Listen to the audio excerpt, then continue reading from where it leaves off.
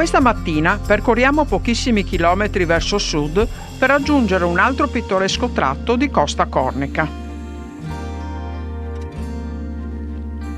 Abbiamo constatato che al mattino non è possibile entrare nei campeggi che prevedono il check-in nel primo pomeriggio. Le località più interessanti sono vicine tra loro e così ci siamo affezionati alle farm, che sono molto più accoglienti già dalle prime ore del mattino, hanno tutti i servizi essenziali e sono molto più economiche.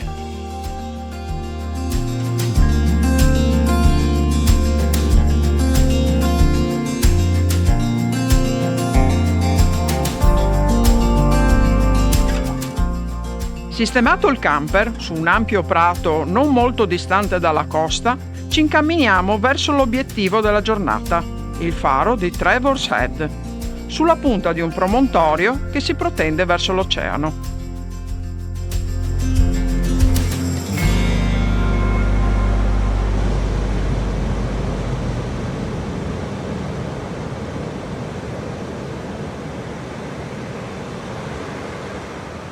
Raggiunta la costa, di straordinaria bellezza, scopriamo una piscina naturale che durante l'alta marea si riempie di acqua fresca e la trattiene quando la marea si ritira, creando una piscina calma e protetta per tutti, anche per i bambini, per un bagno rinfrescante.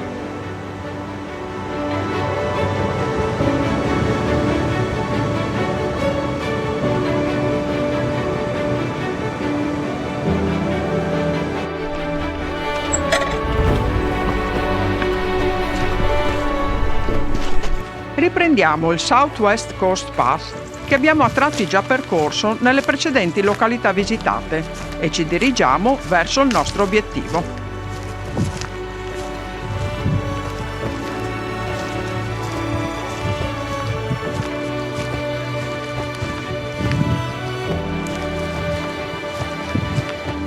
Sul sentiero incontriamo spesso persone di tutte le età che fanno jogging o semplicemente passeggiano con il loro cane e fra camminatori è simpatico scambiarsi un cenno di saluto. Fish and chips. Hello.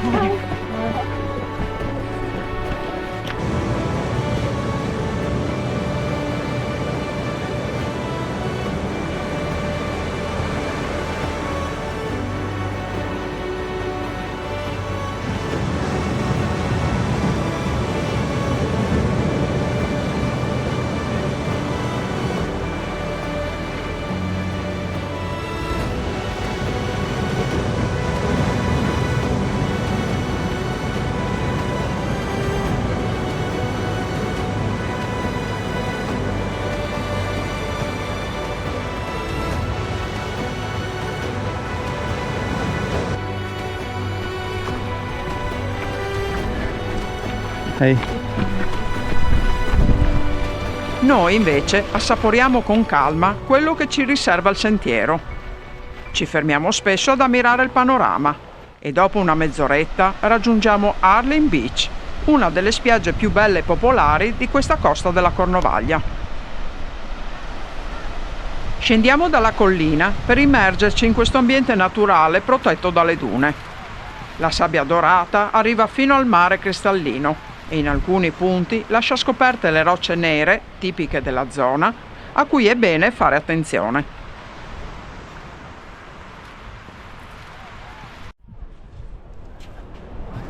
Allora, qua in giro dovrebbe esserci il sentiero per riprendere. Ah, eccolo qua, bene.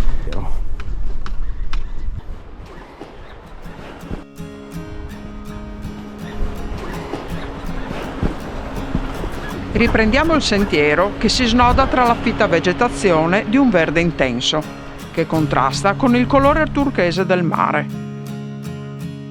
E il paesaggio, disseminato da antiche formazioni rocciose, non finisce mai di sorprenderci. We wander in and out of places far from home. We try to fill the empty spaces there.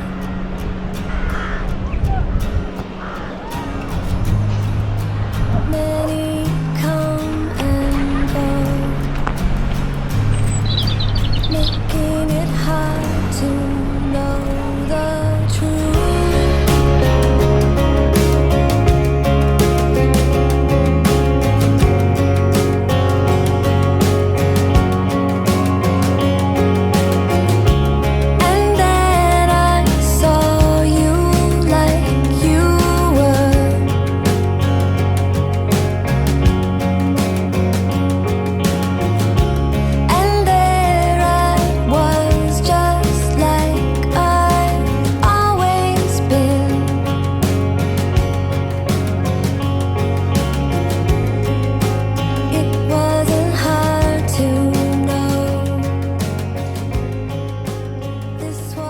Ma abbiamo ancora qualche chilometro da percorrere per arrivare alla nostra meta e ci rimettiamo in cammino seguendo le indicazioni sempre precise e puntuali. I knew we would find a way to us. It doesn't matter where you are, you will always be there inside my heart.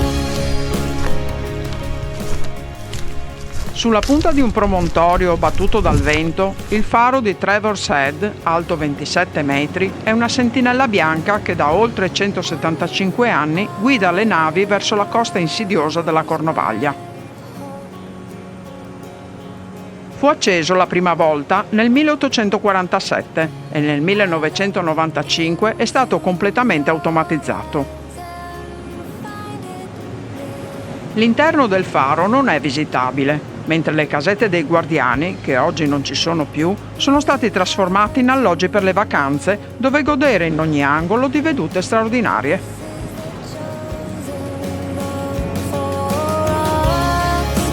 You were there inside my heart.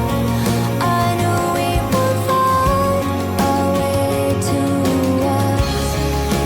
It doesn't matter where we are. Ma è arrivato il momento di riprendere il sentiero per rientrare e ritroviamo le baie che ora si sono animate. Queste spiagge sono alcune delle cosiddette Seven Bays, molto conosciute dalle famiglie inglesi perché tranquille e adatte ai bambini.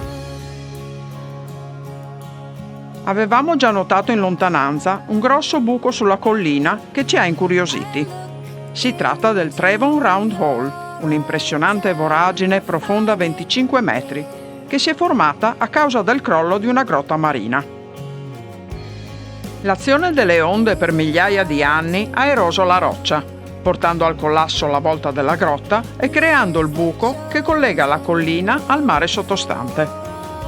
In particolari condizioni di alta marea, il Round Hole si trasforma in un enorme sfiatatoio, con l'acqua del mare che viene spinta verso l'alto e quindi si raccomanda di ammirarlo ad una distanza di sicurezza.